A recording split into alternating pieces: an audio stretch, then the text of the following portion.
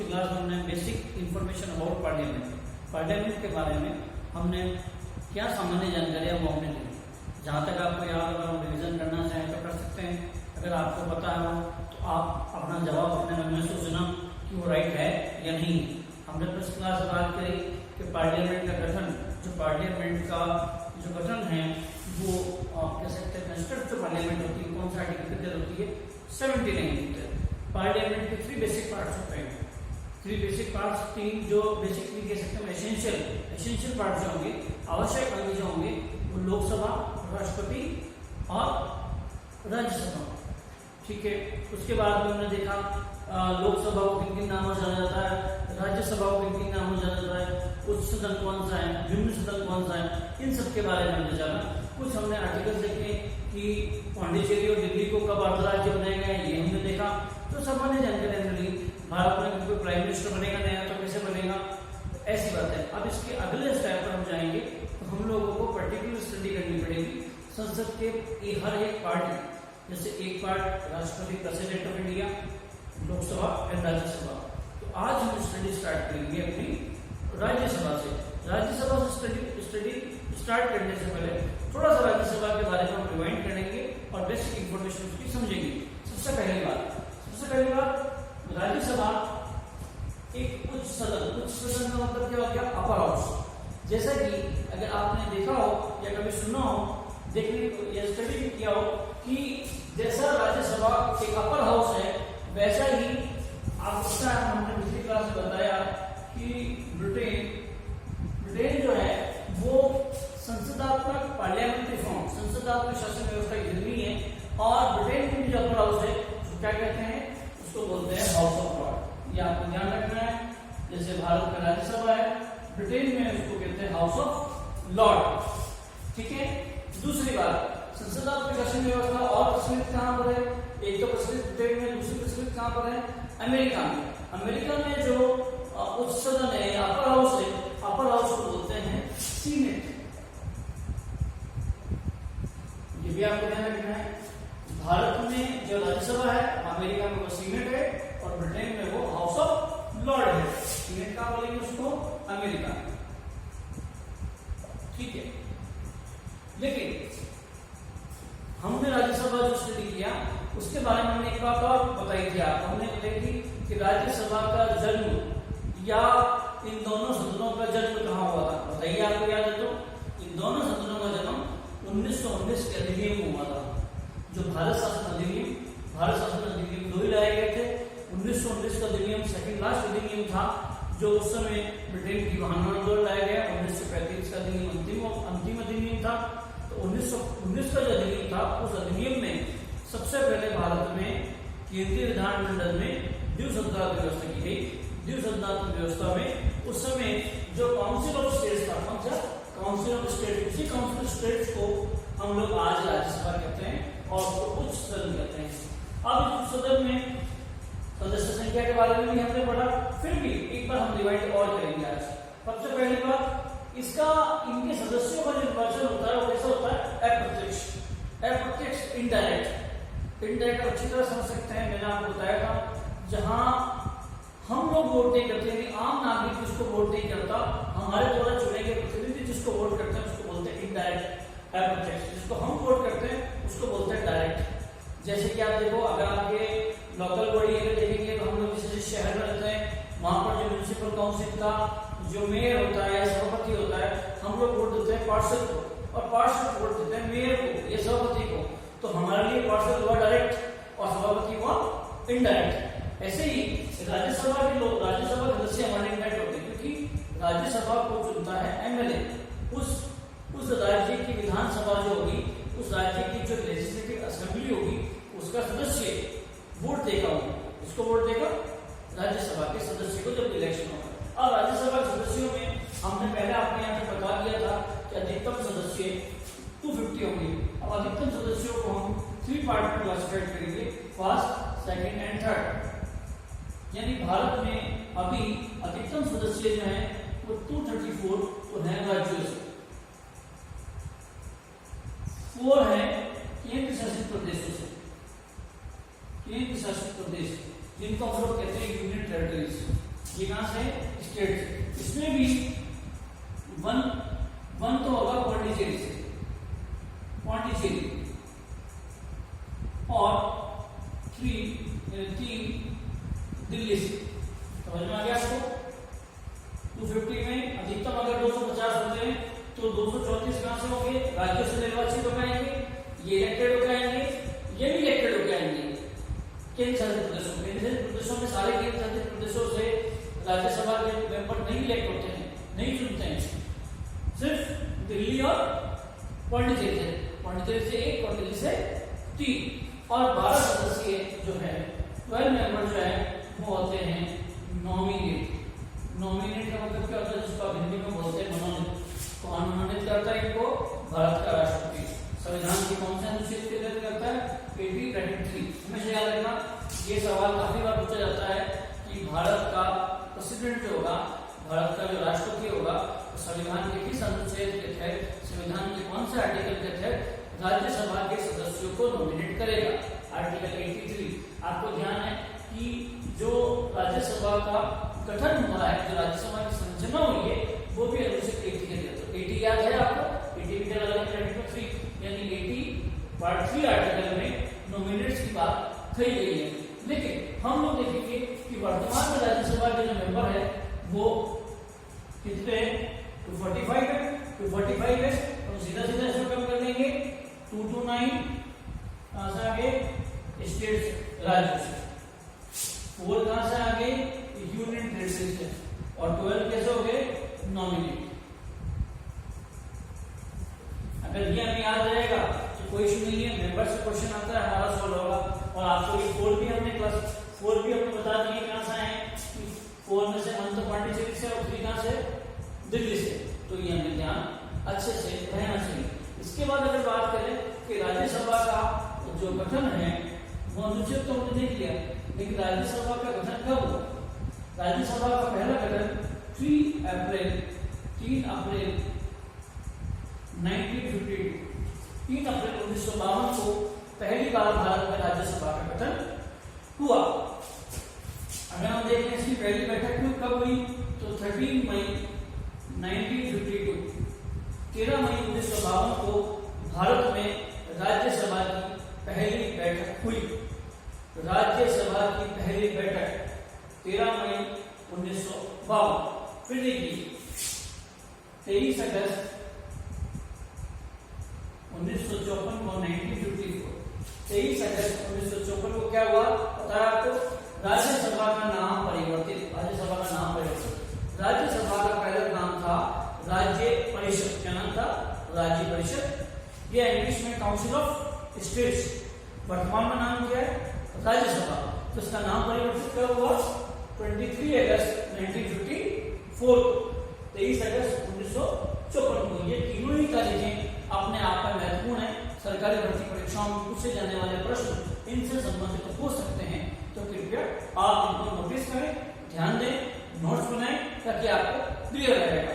इसके बाद में अगर हम देखना चाहेंगे तो हम देखेंगे राज्यसभा के नॉमिनेट मेंबर। हम देखेंगे कि नॉमिनेट मेंबर कहां से आते हैं, कैसे आते हैं। इसके बाद में हम लोग ये देखना चाहेंगे कि अगर आप नोट करना चाहें तो आप कर लीजिए कि राज्यसभा भारत का राज्यसभा की विशेषता क्या है? राज्यसभा संसद का एक स्थायी सदन है। संसद का एक स्थायी सदन है। संसद का उच्च सदन है। ये भी हमने देखा कि उच्च सदन है, स्थायी सदन है। और क्या कहेंगे? बुद्धिजीवियों का सदन है। और कभी भंग नहीं होने वाला सदन है, जो हमेशा राज्यों के प्रतिनिधि के रूप में आपातकाल में भी बना रहेगा। उसके बाद में अगर हम चर्चा करना चाहें तो हम चर्चा कर सकते हैं कि राष्ट्रपति जो प्रेसिडेंट ऑफ इंडिया होता है वो इन 12 मेंबर्स को जो नॉमिनेट करता है, नॉमिनेट मेंबर होते कौन है? तो ये आपको बता देता हूं मैं। ये नॉमिनेट मेंबर आर्ट्स, लिटरेचर यानी कला, साहित्य, साइंस, विज्ञान और सोशल सर्विस से संबंधित लोग होते हैं। अभी आपको पता है सचिन तेंदुलकर भी भारत के पहले राज्यसभा सांसद थे। आपको पता है सचिन तेंदुलकर ने कब चुनाव लड़ लिया, हमें तो पता ही नहीं। ऐसा नहीं, सचिन तेंदुलकर भारत में जो राज्यसभा के मेंबर थे उन्हें नॉमिनेट किया गया। क्या किया गया था? नॉमिनेट, क्योंकि वो इनसे संबंधित क्षेत्रों से थे। कैलाश सत्यार्थी, अभिनेत्री रेखा, सामाजिक कार्यकर्ता अनुमागा, अगर आपने नाम सुने हो तो ये भी राज्यसभा के सदस्य हैं। जावेद अख्तर, ये सभी जो राज्यसभा के मेंबर हैं ये नॉमिनेट मेंबर रहे हैं, इन्हें राष्ट्रपति द्वारा नॉमिनेट किया गया है। तो अगर आप बेसिकली इस पॉइंट्स पर ध्यान देंगे तो आपके क्वेश्चन कुछ ज्यादा रॉन्ग नहीं होंगे। फिर भी हम देखना चाहें, अब हम देखना चाहें कि राज्यसभा में कौन कौन से स्टेट से कितने कितने मेंबर है। तो देखिए, अगर हम देखें राज्यसभा के मेंबर्स, तो मैं आपको बता दूं राज्यसभा में सबसे ज्यादा मेंबर 31 मेंबर है, वो कहां से? यूपी से सबसे ज्यादा, यानी उत्तर प्रदेश से भारत में सबसे ज्यादा मेंबर हैं। अब आप कहोगे कि सब उत्तर प्रदेश सबसे ज्यादा क्यों? आपको अगर शायद पता हो, अगर आपने सेंसस पढ़ा हो, जनगणना पढ़ा हो, तो भारत की 20% पॉपुलेशन उत्तर प्रदेश में है। और जब राज्यसभा के सदस्यों का निर्धारण किया गया, जब उसका परिसीमन किया गया, तो 1971 की जनसंख्या के आधार पर परिसीमन हो रखा है। उस समय जब राज्यसभा बनी, जब उस समय तो 10 लाख पर एक, यानी 10 लाख की जनसंख्या पर एक सदस्य बनाया गया था। और आज भी 1971 की जनसंख्या को आधार माना जाता है लोकसभा और राज्यसभा के सदस्यों में। ये आप विशेष ध्यान रखना, 1971 की जनसंख्या को आधार माना जाता है। कि राज्यसभा के मेंबर्स कितने मेंबर कौन कौन से स्टेट्स हैं, ये बात हम कर रहे हैं। अब इस बात में हमें बताया कि सबसे ज्यादा मेंबर्स कहाँ पे हैं? यूपी में। इसका क्या कारण है? पॉपुलेशन। क्या कारण है? पॉपुलेशन। उसके बाद हम देखेंगे तो 18 मेंबर जो है सेकंड हाईएस्ट, कितने? फर्स्ट हाईएस्ट कहां से? यूपी से। सेकंड हाईएस्ट कहां से? महाराष्ट्र से।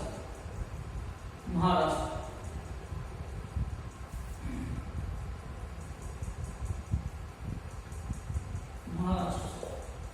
अगर हम देखना चाहें हमारा स्टेट राजस्थान में कितने मेंबर है? 10। कितने मेंबर है राज्यसभा के? 10। और इसके इक्वल 10 मेंबर किसमें है?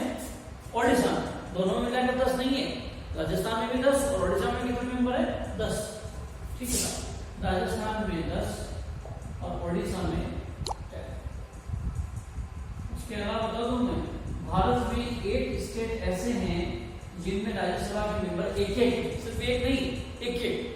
अगर आप नोट करना चाहें कर सकते हैं। गोवा, मणिपुर, मिजोरम, सिक्किम, अरुणाचल प्रदेश, ऐसे 8 स्टेट ऐसे हैं जहां पर एक मेंबर्स जो हैं वो राज्यसभा से इलेक्ट होकर आते हैं। ठीक है। और अगर आपको कई बार सवाल यह आता है कि राज्यसभा के जितने मेंबर्स हैं जो इलेक्ट होकर आते हैं, उनका जो विवरण है, उनकी जो डिस्क्रिप्शन है, वो संविधान में कहाँ है? वो संविधान में कहाँ? तो मैं आपको बता दूं, संविधान में 12 जो है वो 12 अनुसूचियां हैं। जो चौथी अनुसूची है, चौथी अनुसूची में राज्यसभा की सीटों का आवंटन, यानी distribution of the seats of Rajya Sabha, ये सीटों का आवंटन जो है ये संविधान की चौथी अनुसूची में वर्णित है। उसके बाद हम देखना चाहें कि राज्यसभा के सदस्यों का कार्यकाल, हालांकि हम पहले बात कर चुके हैं कि कार्यकाल कितना होगा। राज्यसभा के सदस्यों का कार्यकाल होता है 6 वर्ष और राज्यसभा का कार्यकाल होता है अनिश्चित। सदस्यों का 6 वर्ष और राज्यसभा कार्यकाल अनिश्चित, क्योंकि स्थायी सदन है। राज्यसभा के प्रत्येक एक सदस्य, कितने? 1/3। सारे का चुनाव एक साथ नहीं होता है, 1/3 का चुनाव होता है। वो 2 वर्ष बाद में सेवानिवृत्त होते हैं। एक सदस्य 2 वर्ष बाद सेवानिवृत्त होते हैं और उनके स्थान पर नए सदस्य आते हैं। फिर 2 वर्ष बाद नियुक्त किए जाते हैं, फिर उनके स्थान पर नए आते हैं। ये सिस्टम चलता रहता है, यानी राज्यसभा के सभी सदस्यों का चुनाव एक साथ नहीं होता है। अब हम बात करें राज्यसभा की निर्वाचन प्रणाली कि राज्यसभा में किस प्रकार की निर्वाचन प्रणाली अपनाई जाती है।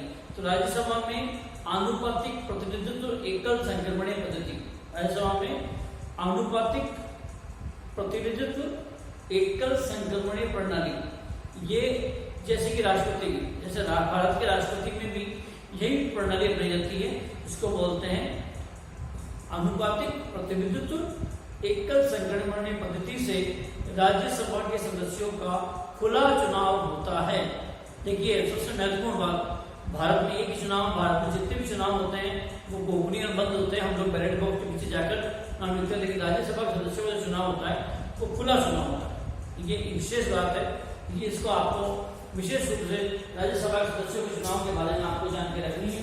फिर हम बात करें कि राज्यसभा के सदस्यों की राज्यसभा का सभापति, देखिए भारत का जो वाइस प्रेसिडेंट होता है, भारत का उपराष्ट्रपति होता है, वो आर्टिकल 89(1) के तहत भारत का उपराष्ट्रपति that means vice president, article 89(1) के तहत भारत का उपराष्ट्रपति राज्यसभा का पदेन अध्यक्ष होता है। पदेन अध्यक्ष का मतलब होगा कि जो भारत का वाइस प्रेसिडेंट होगा वही राज्यसभा का सभापति या राज्यसभा का अध्यक्ष होता है या होगा। पदेन का मतलब यही है, उपराष्ट्रपति के पद पर बैठने वाला ये काम भी करेगा, मुख्य रूप से उसका यही काम रहेगा, ये काम भी वो करेगा, राज्यसभा के सदनों का संचालन करना, उनका अनुशासन बनाए रखना, उनकी गरिमा बनाए रखना। उसके अलावा जो उपराष्ट्रपति होता है वो क्या करता है, सभापति भी। अब उपराष्ट्रपति क्या है, राज्यसभा का सभापति, यानी भारत के उपराष्ट्रपति वर्तमान में एम वेंकैया नायडू। एम वेंकैया नायडू कौन है, उपराष्ट्रपति भी है और राज्यसभा के सभापति भी। तो इनका पहला काम ये भी होगा कि राज्यसभा के सदस्यों को शपथ दिलाना। सभापति कौन, अब कौन है वर्तमान में, एम वेंकैया नायडू। ऐसे ही भारत का राज्यसभा का उपसभापति, ये सवाल करंट अफेयर्स में आएंगे, करंट अफेयर्स में समसामयिक सवाल वर्टिकल के रेफरेंस पूछ दिए जाते हैं, तो सवाल आ सकता है, क्वेश्चन आपका हो सकता है कि कौन से, who is the vice chairman of the Rajya Sabha, Rajya Sabha के वाइस चेयरमैन कौन है। तो हरिवंश सिंह, क्या नाम है, श्री हरिवंश सिंह, श्री हरिवंश सिंह, या नाम याद रखना, हरिवंश। अच्छा, कई और सवाल आ जाएगा, बताइए कि भारत के पहले राज्यसभा के सभापति कौन थे, तो आपको ध्यान रखना, भारत के पहले उपराष्ट्रपति कौन थे, आपको ध्यान है एस राधाकृष्णन, सर्वपल्ली राधाकृष्णन, जो भारत के पहले उपराष्ट्रपति थे, वही राज्यसभा के पहले सभापति थे, इसे याद रखना है। और अगर आपको पूछ ले कि पहले उपसभापति कौन थे, तो एस.वी. कृष्णाचार्य जो है भारत के पहले उपसभापति राज्यसभा के थे। उसके अलावा देखिए एक कुछ राज्यसभा संविधान के अनुच्छेद 100 में, अनुच्छेद 100 देखना चाहें, संविधान के अनुच्छेद 100 में ये विवरण है कि लोकसभा और राज्यसभा के जब सदन चल रहा हो तो न्यूनतम सदस्य, न्यूनतम मेंबर कितने होंगे, तो न्यूनतम मेंबर का जो कोरम है उसको बोलते हैं 1/10, कितना है, यानी कुल सदस्यों का 1/10, 1/10, 1/10 सदस्य होने जरूरी है।